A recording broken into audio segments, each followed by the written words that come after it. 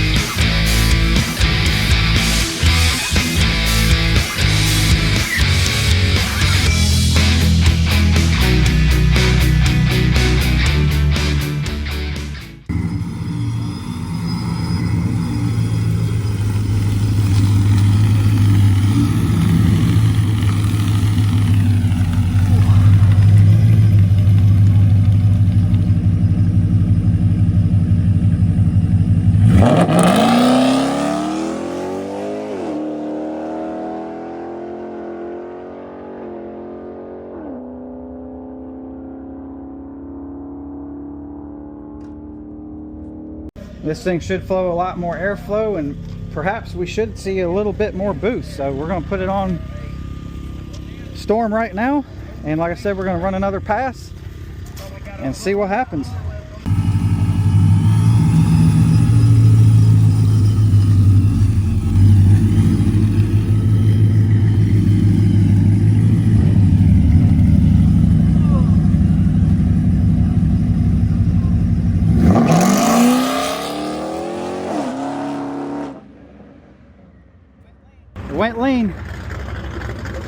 Went lean because he let out. Yep. That must be a big difference. Yep. Yeah.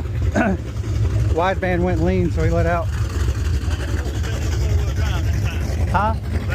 He's been in 4-wheel drive all day. On that right lane, he blew all 4 of them up. I couldn't believe it. This lane's been doing pretty good for us.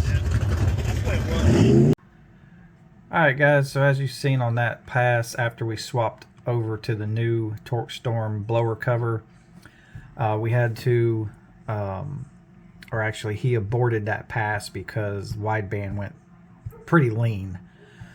So he aborted that pass. We came back to the pits, and unfortunately we kind of lost this data. For some reason my camera either died or didn't save the data. So we lost some of this footage, but basically we came back to the pits.